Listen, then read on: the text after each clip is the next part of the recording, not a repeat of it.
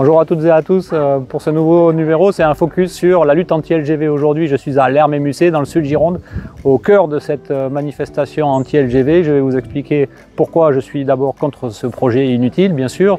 Je vous amènerai ensuite dans la vallée du Ciron pour voir les dégâts environnementaux. Et puis dans la troisième partie, je vous parlerai des alternatives qui sont aujourd'hui possibles à cette LGV.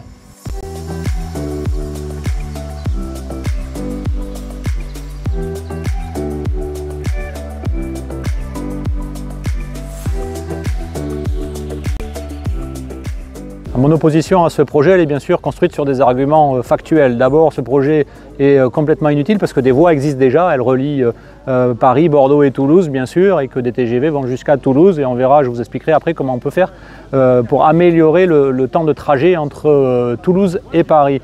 Ensuite, il est dispendieux, il coûte 20 milliards à réactualiser, on va être à cette épure budgétaire, et qu'aujourd'hui, bien sûr, cet argent, c'est autant d'argent qui est pris sur la rénovation, sur l'entretien des trains existants et sur les trains du quotidien dont la majorité de la population a besoin.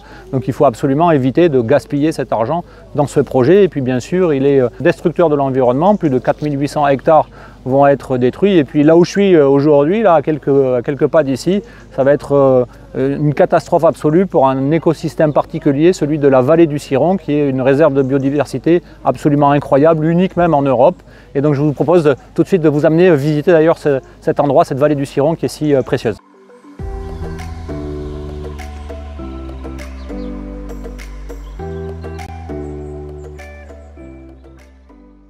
Je me retrouve ici avec Philippe Barbedienne de la Cepenso, pile à l'endroit où la LGV va défigurer, balafrer ici la vallée du Ciron et tout son biotope, voilà, tout son écosystème. Un des points, parce que ça va balafrer encore plus bas ailleurs. Voilà. Donc il y a 3 viaducs sur le Ciron déjà. 3 viaducs sur le Ciron, voilà. Et là tu me montrais qu'ici à quelques dizaines de mètres, on aura le premier viaduc. Voilà, à une centaine de mètres peut-être, on va dire environ. Il y a le premier viaduc qui va survoler tout ça, donc ça va il va falloir défricher, décaper toute une bande d'une centaine de mètres de large. Enfin voilà. C'est pas du tout l'artificialisation qu'on nous annonce. Respectueuse de l'environnement. Respectueuse de l'environnement. Okay. Presque, il y aurait presque que les rails qui seraient artificiels. Non, là, non. C'est plus que ça. Donc voilà, vous voyez que tout ce qui est derrière nous, regardez-le bien, parce que si cette LGV se fait, en fait, il n'y aura plus rien, ce sera un sol nu, complètement rasé, et l'écosystème du Ciron qui sera mis en péril. Le Ciron est là, de toute façon, on va s'approcher. On est vraiment au tout début d'une très grande zone humide de 10 hectares. C'est une zone qui est alimentée par une source. Il y a une source, un petit ruisseau sur quelques 300-400 mètres, et puis ça alimente la zone humide. Et la source est presque sur le tracé. Elle est sur le... Voilà. Et donc, avec le compactage, tout ça, plus de source et plus de zone humide. Et en plus, les lignes passent aussi sur l'ancien gazoduc, où il y a des zones de pompe de cistude. Donc, les zones de pompe de cistude, foutues. Et la cistude, voilà, c'est une tortue protégée.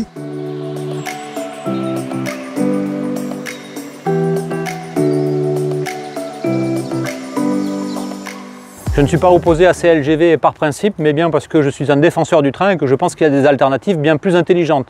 Et la première, c'est de moderniser les lignes existantes, et notamment celles qui existent déjà entre Bordeaux et Toulouse, qui avec bien moins d'argent permettraient d'avoir une liaison entre Toulouse et Paris en moins de 4 heures. Ça, c'est déjà un premier point. Mais aussi d'autres lignes nationales qui demandent à être rénovées. La Bordeaux-Nantes, aujourd'hui pour aller à Nantes c'est une vraie catastrophe, mais également la Bordeaux-Lyon, cette transversale qui manque à tant de passagers, et puis bien sûr la POLT, Paris, Orléans, Limoges, Toulouse. Ça c'est pareil, c'est aussi une ligne qui pourrait porter notamment beaucoup de trains de nuit entre Toulouse et Paris, et puis bien sûr la question de rénover et réhabiliter les lignes locales. J'en ai ici quelques-unes listées sur cette belle affiche.